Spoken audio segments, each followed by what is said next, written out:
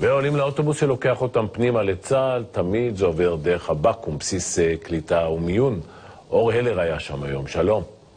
שלום רפי. עומד בסבלנות בתור לזריקות עם כל מתגייסי גולני. כן, גיוס אוגוסט, הגיוס הקרבי הגדול של השנה, מתחיל היום עם החברים האלה, מתגייסי גולני, שעומדים כאן בתור למה? לזריקות? בדיקות.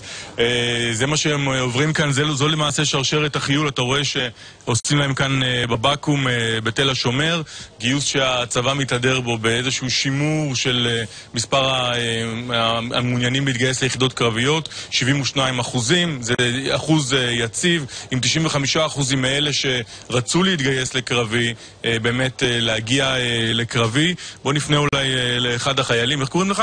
אור. שם יפה יש לך. אור מאיפה? אני מרמת גן. וגולני? בעזרת השם. למה גולני? עבר ראשון כי אבא היה, ועבר שני, וואלה, אם אני לא אעשה זה, אז מי יעשה את זה?